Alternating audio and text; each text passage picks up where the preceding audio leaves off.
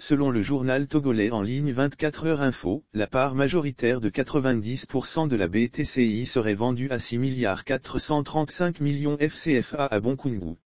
Toujours selon ce journal, cette information aurait été communiquée aux députés le 29 décembre par le ministre de l'Économie et des Finances Sani Yaya. Le grand terrain de plus d'1 hectare appartenant à la BTCI est situé en bordure du boulevard du 13 janvier, le cœur de la ville de Lomé où le mètre carré de terrain coûte les yeux de la tête. L'immeuble de plus de 10 étages avec sous-sol qui y est construit et qui abrite le siège social, la multitude d'agences de la BTCI à travers la capitale et les villes du pays, leurs terrains, bâtiments, matériel et mobilier, la clientèle, le fonds de commerce, les marques, les logiciels informatique, le mobilier de bureau, le parc véhicule, les titres que détient la BTCI dans d'autres sociétés, les placements et les avoirs de la BTCI au Togo et à l'étranger, l'ensemble des actifs de la BTCI moins ses dettes ne vaut que 6,435 milliards FCFA.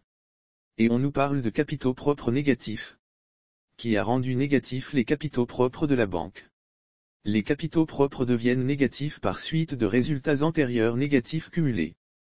Comment la gestion a-t-elle pu se faire pour que la BTCI cumule des pertes jusqu'à rendre les capitaux propres négatifs? Ceux qui ont eu à diriger cette banque pendant son existence n'ont-ils aucun compte à rendre au peuple de leur gestion? Comment les autres banques concurrentes font-elles pour que leur activité soit rentable, et pourquoi pas celle de la BTCI?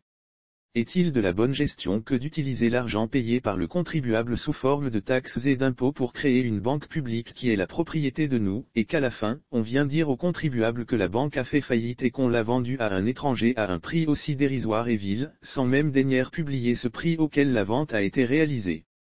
Ça s'appelle la mauvaise gestion ou le laxisme dans la gestion qui empêche la mise en œuvre de mesures sociales vigoureuses en faveur des populations. Et puis, au Togo, il n'y a aucun investisseur national qui dispose de 6,435 milliards pour reprendre cette banque et la garder dans le patrimoine national. Un dirigeant doit-il se limiter à constater des situations d'endettement, ou bien son rôle ne serait-il pas d'agir pour y mettre fin?